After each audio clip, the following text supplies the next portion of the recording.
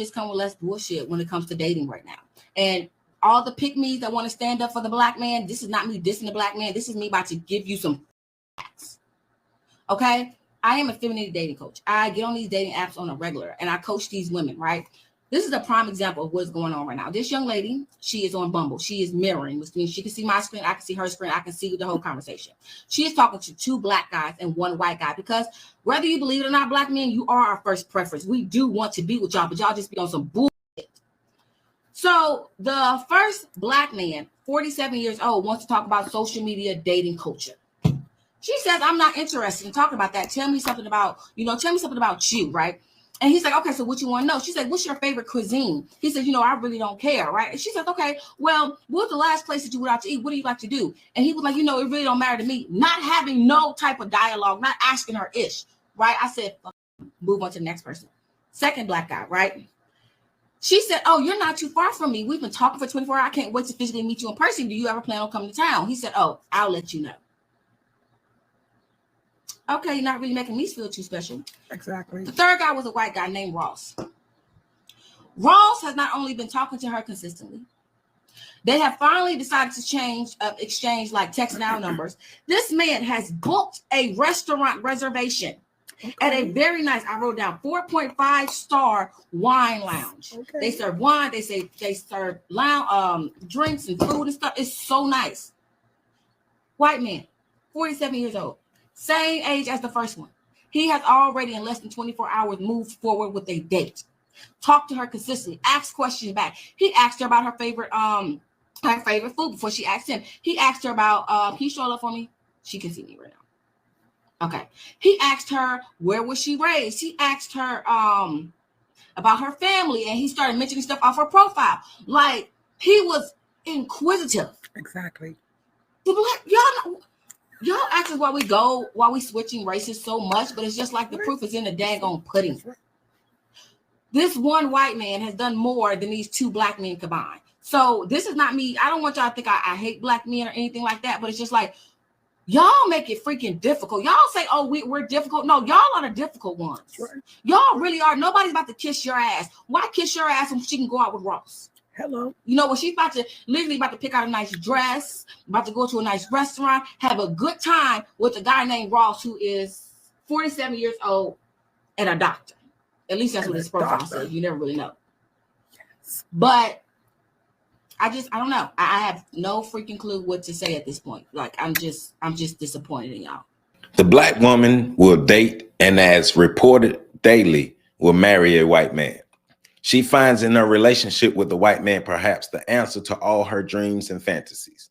First, he is removed from the black experience and brings a new set of rules to the involvement. Second, he represents the culmination of every movie and TV show she has ever seen, featuring a gallant white beau who knows how to treat a woman and swoops in, coming to her rescue. Third, he is an alternative set of men whom she believes can be utilized because of the non-availability of black men. Now that there appears to be fewer black men and she can't get along with any of them, she is pursuing other races to see what she can see. When the black woman gets with the white man, she may manufacture a complete new set of vows, which she uses to construct her new light in every proper voice. She irresistibly becomes ever so amused by his jokes and pretends to like things he does. She becomes an actress of sorts, and she relaxes a bit because the white man does not know the full story of her failure with the black man. Since the white man does not know the ins and outs of black intimacy, he is more tolerant of her, and they both enjoy the novelty. She can wear as much makeup as she desires, and to the white man, this is normal. While the black woman is known to ignore a black man on the street corner, in an elevator, or on the subway, she seems always ready and eager, She seems always ready with an eager, appealing smile when a white man, especially one in his suit and tie, tries to make light conversation with her. She appears to be flattered and falls into her crisp, bright personality. Her smile is sometimes so instant it looks like a flash of sparkling white snow, blushing and appreciative. If she decides to date him later on, she is seen as overtly affectionate in public. There may be hugging, provocative kissing, or fondling in public. She is willing to ignore many of the white man's shortcomings regarding wardrobe, language, hipness, music, car, or job. She convinces herself that he is normal and she must accept him as he is, and above all, he's just another man. When she is with him, she thinks she is finally free, free of all the black man's hassles and free of her own history. She is proud of him in front of her family and friends, or on the other extreme, she knows that her social integration relationship will not be accepted. So she keeps it a secret. He is considered special to her and automatically knows how to treat a woman, certainly better than the black man does, she thinks. Welcome back, welcome back, welcome back. Happy Monday. Welcome back to On the Shoulders of Giants. I am Joseph Ward, continuing my reading of Sister Shahrazad Ali's book, The Black Man's Guide to Understanding the Black Woman. And we are reading chapter 5 on page 53, chapter 5, Social Integrating, Dating and Marrying the White Man. So this is a short chapter, so this video will be shorter than usual, but don't let the shortness of it deter you from the impact of this video, right? Because we're getting into it like we always getting into it. So you see, I started the video with a clip from a something that's been floating around social media for a while. The some black woman put out a post saying that the white billionaire Ben Horowitz supposedly said that black women are for grown-ups, and basically saying black men are not grown-ups and white men are grown-ups and black women are for the billionaire white men. But you see in the video, Ben Horowitz refuted that. He said he didn't say it. And, you know, he heard the brother's breakdown of it.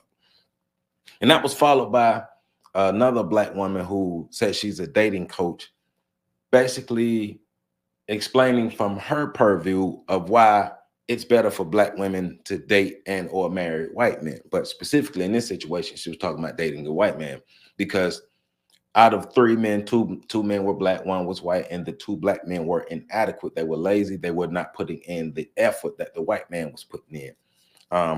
And so it goes back to what I just read, right? The idea that, one, the black man is inadequate. It's not enough black men, and the black man and the black woman are not getting along. You know, this is a narrative that has been put out in the atmosphere, and it's caught fire. And so there's a big rift that's been prevalent in the black community. I mean, this book was written, once again, this book was written in 1989, right? And this book is basically, it's relevant to what's going on now. So there are a number of black women, because I'm competent enough to know this is not how all black women think, but there are a number of black women who believe that black men are inferior, who believe that they're better than black men, and white men, specifically white men, would be their saviors from themselves or from the misery that they believe that they experience with black men. And I've been able to talk to a lot of women. Well, I've been able to talk to a number of women who have who are disenchanted with dating black men. And when you ask a lot of questions, you get a lot of answers and you learn a lot of things. And one of the things that I've come across is a lot of these women are dating men who are inadequate. They're choosing men for specific reasons that don't have nothing to do with why they should actually be dating them, because that man is not good for them. And because of the negative situations, especially multiple negative situations, because they keep choosing men who are not good for them, they paint a broad picture that this is how all black men behave.